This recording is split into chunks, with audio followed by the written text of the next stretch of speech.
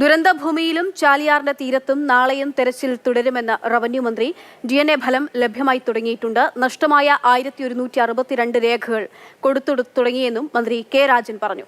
ആകെ 203 മൃതദേഹങ്ങളും 205 ശരീരാവശിഷ്ടങ്ങളും ലഭിച്ചു.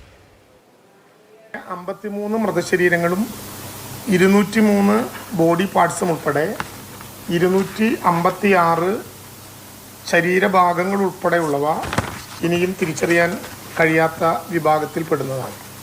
അതുമായി ബന്ധപ്പെട്ട DNA ടെസ്റ്റും അതിനനുസൃതമായ വിധത്തിൽ ബന്ധുക്കളുടെ രക്തസാമ്പിളുകളുടെ പരിശോധനയും അതിവേഗത്തിൽ നടന്നു വരികയാണ്. 2 ദിവസത്തിനുള്ളിൽ ഇക്കാര്യത്തിൽ പൊതുവായൊരു തീരുമാനം ലഭ്യമാകും എന്നാണ് നമ്മൾ കരുതുന്നത്. ബോഡി പാർട്ടുകളുടെ DNA റിസൾട്ട് പതുക്കെ വന്നുകൊണ്ടിരിക്കുന്നുണ്ട്. KV രാഹുൽ വിവരങ്ങളുമായി ചേരുന്നുണ്ട്. രാഹുൽ, ഈ ദുരന്തത്തിന്റെ വ്യാപ്തി എത്രയെന്നത് ഇനിയും പുറത്തു വരുന്ന ഓരോ വിവരങ്ങളനുസരിച്ച് അത് കൂടി വരികയാണ്. എന്താണ് മന്ത്രി പറയുന്നത്? ഒപ്പം ഏറ്റവും പ്രധാനപ്പെട്ട ഒരു കാര്യം ഇനിയുള്ള ആളുകളുടെ പുനരധിവാസമാണ്. അതുമായി സംബന്ധിച്ചുള്ള വിവരങ്ങൾ.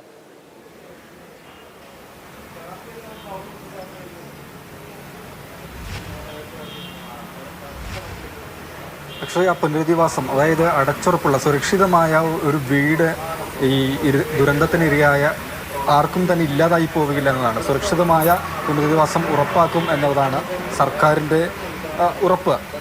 പുനരധിവാസമാണ് സർക്കാരിൻ്റെ ഉറപ്പ് എന്നാണ് മന്ത്രി ആവർത്തിച്ച് പറഞ്ഞത്. അതുതന്നെ ഇന്നലെ തന്നെ 273 വാടക കെട്ടിടങ്ങൾ ഇവരെ അടിയന്തരമായി താൽക്കാലികമായി പുനരധിവസിപ്പിക്കുന്നതിന് വേണ്ടി കണ്ടെത്തിയതാണ്.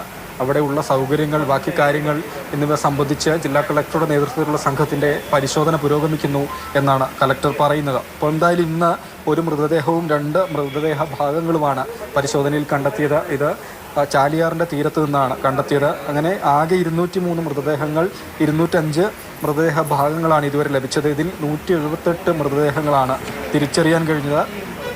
ഈ തിരിച്ചറിയാത്ത ആളുകളെ മനസ്സിലാക്കുക എന്നതിനുള്ള ഏക പ്രതിവിധി നിലവിൽ DNA പരിശോധനാ ഫലമാണ്. അതിനുള്ള പരിശോധന റിസൾട്ടുകൾ ലഭ്യമായിക്കൊണ്ടിരിക്കുകയാണ്.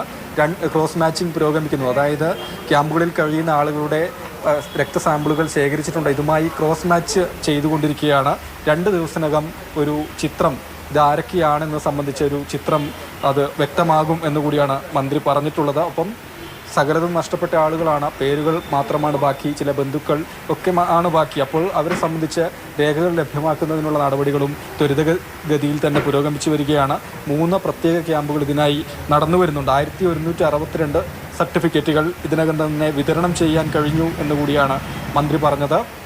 ദുരന്ത മേഖലയിൽ, അതായത് ചൂരൽമലയിലും മുണ്ടക്കയിലും നാളെയും തിരച്ചിൽ തുടരും. ചാലിയാറിൽ പ്രത്യേക ശ്രദ്ധ നൽകിയുള്ള തിരച്ചിലുണ്ടാകും എന്നതാണ്. ഇന്ന് ചാലിയാറാണ് കൂടുതൽ കേന്ദ്രീകരിച്ച തെരച്ചിൽ നടത്തിയത്. അവിടെ നിന്ന് തന്നെയാണ് മൃതദേഹം ലഭ്യമായതും. അപ്പോൾ നാളെയും സോണുകളായി തിരിച്ച് ചാലിയാറിൻ്റെ തീരത്ത് തിരച്ചിൽ ഉണ്ടാകും എന്നത് തന്നെയാണ് അദ്ദേഹം വ്യക്തമാക്കിയിട്ടുള്ളത്.